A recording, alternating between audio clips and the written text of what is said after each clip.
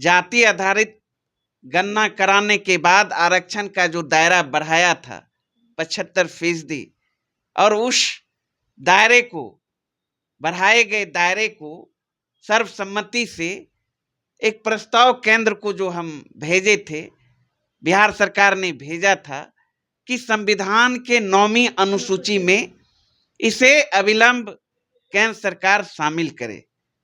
लेकिन आपने देखा केंद्र सरकार ने उसे ठंडे बस्ते में डाल दिया। नमस्कार, आप देख रहे हैं एमके न्यूज इंडिया और मैं हूं आपके साथ प्राची सिंह।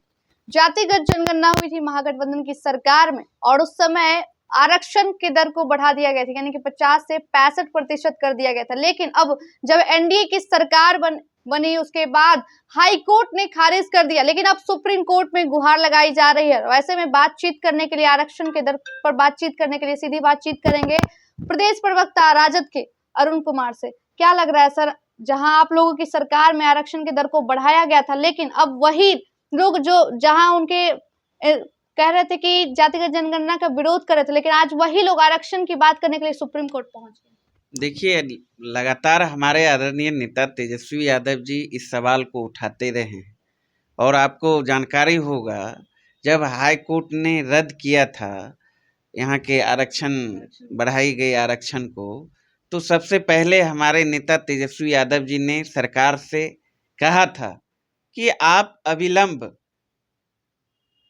इस आदेश के विपरीत सुप्रीम कोर्ट जाइए। अगर आप नहीं जाइएगा तो राष्ट्रीय जनता दल जाएगी।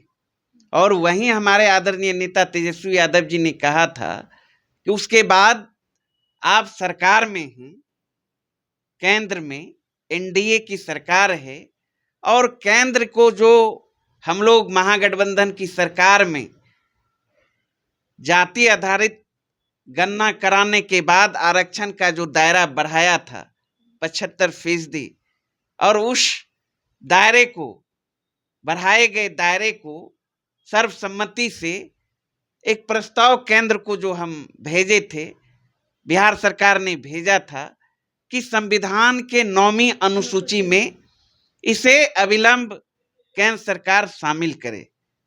लेकिन आपने देखा केंद्र सरकार ने उसे ठंडे बस्ते में डाल दिया और अभी तक डाले हुई है। अगर केंद्र सरकार के मानसा साफ रहती, अगर यहाँ से जो प्रस्ताव भेजा गया था संविधान के 9वीं अनुसूची में डाल दिया गया जाता तो हाई कोर्ट रद्द नहीं करती। लेकिन इन लोगों का तो दोहरी नीति है, मुंह पे कहेंगे कुछ और करेंगे कुछ और। आप लगातार देखा कि जब नीतीश और मोदी एक साथ काम कर रहे हाँ, तो जिस तरीके से, इसलिए भारतीय जनता पार्टी का जो नजरिया है, दोहरी नजरिया है, दोहरा दांत कह सकते हैं, खाने का कुछ और और दिखाने का कुछ और। लगातार भारतीय जनता पार्टी जाति आधारित गणना का विरोध करते आई, लेकिन आज वही सुप्रीम कोर्ट नहीं, ये मजबूरी है, चूंकि विपक्ष मजबूत है। तेजस्वी यादव जी इन सवालों पर आक्रामक मूड में हैं। उन्होंने चेतावनी पहले भी दे दिया है कि आप नहीं जाएंगे, बिहार सरकार अविलंब नहीं जाएगी तो राष्ट्रीय जनता दल जाएगी।